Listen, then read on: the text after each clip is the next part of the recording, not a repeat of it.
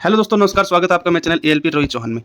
24 अगस्त 2024 को दोस्तों एक लेटर आया जिसके अंदर डिजी लॉकर को अब आरआरबी के साथ में कनेक्ट करने के लिए प्रावधान दिया गया। बच्चों को ये सलाह दी गई कि आप अब आरआरबी को अपने डिजी लॉकर के साथ में कनेक्ट कर लीजिए ताकि आपकी जितने भी डॉक्यूमेंट वेरिफिकेशन वगैरह हैं वो बहुत ही आसानी से और जल्दी से पूरी हो जाए और भर्ती में ज़्यादा समय ना लगे, इसलिए मॉडिफिकेशन लाया गया। पर बच्चों को अभी भी दिक्कत है कि सर हम कैसे आरआरबी में अपना डिजी लॉकर जोड़ें, कैसे हमारे डिजिटल जितने भी डॉक्यूमेंट्स हैं वो आरआरबी के साथ कनेक्ट करें। ये दिक्कत आ रही है। कुछ बच्चों की ये भी दिक्कत है कि सर हमने 10th के बाद में 12th भी की है और साथ ही साथ उन्हीं ईयर के अंदर आईटीआई भी किया है। तो कुछ बच्चों की ये भी दिक्कत है कि सर हमने +2 के बाद में बीए भी किया है और वहाँ पे फिर आईटीआई में भी एडमिशन ले लिया था। तो ये दोनों जब हमारे डॉक्यूमेंट्स सेम ईयर में हैं तो हम क्या करें? क्या हमें अपने डॉक्यूमेंट्स को डिजी लॉकर को आरआरबी के साथ में कनेक्ट करना चाहिए और या हमें आगे चल के कोई दिक्कत आने वाली है? क्योंकि उन्होंने आईटीआई बेस पे भरा है टेक्नीशियन का फॉर्म और अब +2 बेस पे भरने वाले हैं वो एनटीपीसी का जो अंडर ग्रेजुएट का फॉर्म है, उसमें तो क्या उनको दिक्कत आएगी? तो इन सभी बातों पे अपन बात करने वाले हैं। सबसे पहले हम बात करेंगे किस तरह से आप डिजी लॉकर को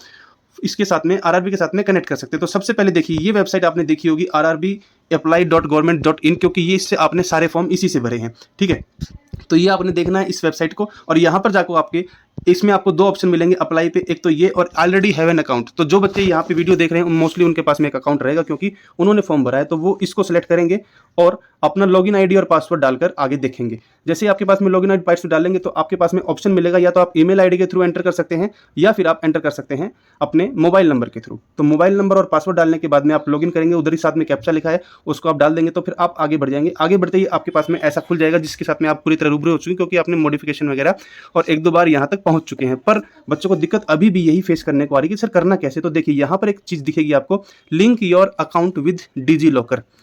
ठीक है, आपको यहाँ पर क्लिक करना है। क्लिक करते ही आप अगले इसमें चले जाएंगे जहाँ पर आपको ये बताएगा कि डिजी लॉकर क्या है, किस लिए लाया गया है। इसको आपको ज़्यादा देखने की आवश्यकता नहीं है। साथ ही साथ मैं बता दूं कि इसके फायदे क्या होने वाले हैं दोस्तों। देखिए, जब आप एग्जाम देने जाएंगे तो आपके पास में जो भी SC/ST कैंडिडेट है उनको फ्री में पास अलॉट किया जाता है ट्रैवलिंग का, तो वो भी आने वाले समय में डिजी लॉकर के थ्रू ही आपको दिया जाएगा।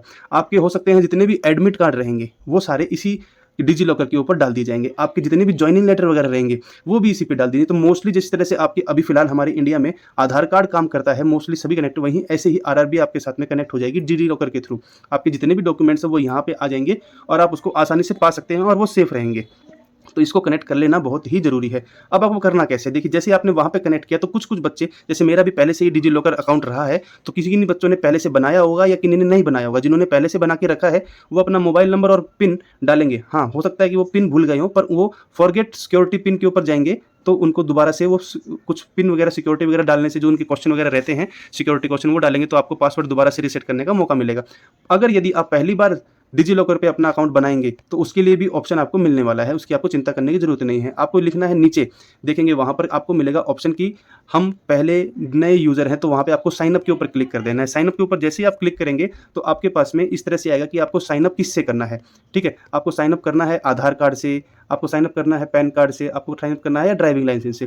मैं आपको प्रेफर करूँगा क्योंकि आरआरबी रेलवे मोस्टली आपको प्रेफर करती है या तो आप ईमेल आईडी और आपका फ़ोन नंबर, एक ईमेल आईडी और एक फ़ोन नंबर आपका परमानेंट होना चाहिए अंत तक, क्योंकि ये आपके सिलेक्शन के बाद भी काम आने वाला। तो आप जो लॉगिन करेंगे वो फ़ोन नंबर के थ्रू करें और अगर फ़ोन नंबर का ऑप्शन आता है तो बहुत अच्छी बात है, अदरवाइज आप फिर आधार कार्ड से इसका कीजिएगा। एक और बात मैं बता दूं कि जो बच्चे एनटीपीसी का फॉर्म भरने वाले हैं और उन्होंने अभी तक अगर किसी प्रकार की आधार कार्ड के अंदर आपके कोई गलती है तो उसको बिल्कुल आप अभी से ठीक करवा लीजिए। अभी काफ़ी समय है आपके पास में, फिर आपको मौका नहीं मिलेगा। कुछ बच्चे ऐसे हैं उनको दिक्कत आई और अभी भी उनके साथ में दिक्कत चल रही है। अगर आपने मोबाइल फ़ोन से कनेक्ट किया फिर आपको एक OTP आएगा आपके मोबाइल नंबर पे, ठीक है, या फिर क्या किसी पे तो अपना मोबाइल नंबर डालोगे तो वहाँ पे आपको एक जनरेट OTP आ जाएगा। आपको फिर जनरेट OTP आने के बाद में full name, date of birth, gender और यूज़र नेम अपना क्रिएट कर लेना है और फिर आगे बढ़ना है। यूज़र नेम, पिन और फिर कंफर्म पिन कर देना है। कोई भी आपको एक पिन बना लेनी है और फिर यहाँ पे टर्म और कंडीशन यूज़ करके आप उसको वेरीफाई पे क्लिक कर देंगे तो आप आगे बढ़ जाएंगे, आपका बन जाएगा। ठीक है, उसके बाद में जैसे ही आप बन जाएंगे तो आपको एक वेरीफाई OTP आएगा आपके मोबाइल नंबर के अंदर। मोबाइल नंबर जो कि आपने ऊपर दिया है उस पर आएगा और वहाँ पे आप इसको डाल देंगे तो फिर आप साइन इन कर पाएंगे। तो आपका जो डिजी लॉकर के अंदर है वो अकाउंट बन जाएगा। फिर वहाँ पे आपके डिजी लॉकर के अंदर जो भी अकाउंट्स जो फाइल अपलोड की गई होंगी वो सारी इसके अंदर आपको देखने को मिलेंगी। ठीक है, जैसे कि आधार कार्ड हो गया, जैसे कि आपकी 10th की मार्कशीट हो गई, 12th की मार्कशीट हो गई, डोमिसाइल सर्टिफिकेट हो गया, पैन कार्ड हो गया, ठीक है, डिग्री हो गई, जो भी है वो आपको देखने को मिल जाएंगी और आप उसमें और भी ज़्यादा अपडेट कर सकते हैं। जैसे आपका रेजिडेंशियल सर्टिफिकेट हो गया।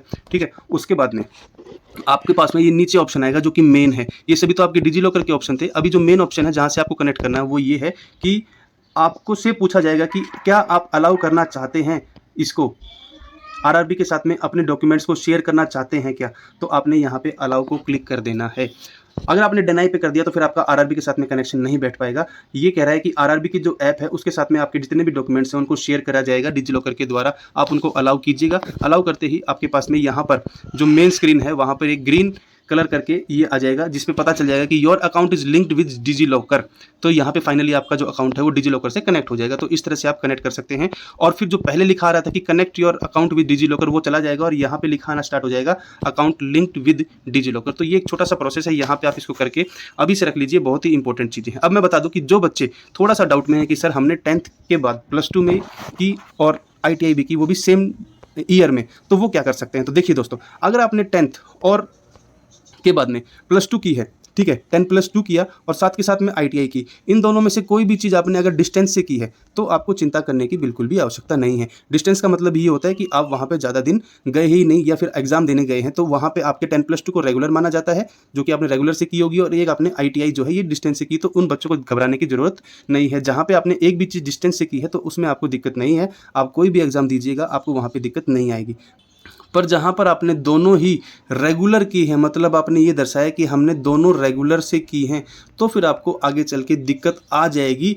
यदि आपने मान लीजिए टेक्नीशियन में फॉर्म अप्लाई किया है और आप वहाँ पे आगे डॉक्यूमेंट वेरिफिकेशन तक पहुँच गए हैं, तो वहाँ पे आप अपना ITI दिखाएंगे और इधर NTPC में आप अपना +2 दिखाएंगे, तो फिर आपको रेलवे वहाँ पर पकड़ लेगा और आपका कैंडिडेट भी कैंसिल कर सकता है। तो ऐसे समय में आपको करना क्या है कि आपको केवल एकमात्र जिसमें भी आपको लगता है कि मेरा यहाँ पर सिलेक्शन हो जाएगा, केवल वहीं पर जाकर आपको अपने डॉक्यूमेंट वेरीफाई कराने हैं। जैसे कि मान लीजिए आपको NTPC में अच्छा स्कोर हो रहा है और आपको लगता है कि यहाँ पर मेरा बन जाएगी बात, तो आपको वहीं पर जाके अपने डॉक्यूमेंट्स को वेरीफाई कराना है। और केवल रेलवे भी उन्हीं डॉक्यूमेंट्स को देखता है जहां पर आपके जो भी एलिजिबल डॉक्यूमेंट्स रहते हैं उन्हीं को चेक किया जाता है, ठीक है। वैसे ये 2 सेम ईयर में करना गलत होता है, वो भी रेगुलर में, तो ये गलत है। ऐसी गलती दोबारा से मत दोहराइएगा। बच्चे नादान होते हैं, वो ऐसा कर लेते हैं। तो उस स्टेप को सुधारने का बस यही है कि आप केवल दोनों दो जगह पे अप्लाई मत कीजिएगा, नहीं तो आपका कैंडिडेचर दोनों तरफ से कैंसिल हो जाएगा। बिल्कुल स्ट्रिक्ट एक्शन वहाँ पे ले लिया जाएगा। पर अगर आपने एक रेगुलर से की और एक डिस्टेंस से की है तो आपको ज़्यादा घबराने की आवश्यकता नहीं है, इसको आपके लिए अलाउ किया जा सकता है। तो दोस्तों, उम्मीद करता हूँ वीडियो आपको अच्छी लगी होगी और समझ में आ गया होगा कि किस तरह से आपको अपने अकाउंट को लिंक कर लेना है डिजी लॉकर के साथ में। ये बहुत ही इंपॉर्टेंट है दोस्तों। और तो दोस्तों, ये इन्फॉर्मेशन मुझे आपके साथ में शेयर करनी थी, क्योंकि बहुत सारे बच्चे इस डाउट में थे कि कैसे वो डिजी लॉकर को अकाउंट के साथ में कनेक्ट कर सकते हैं।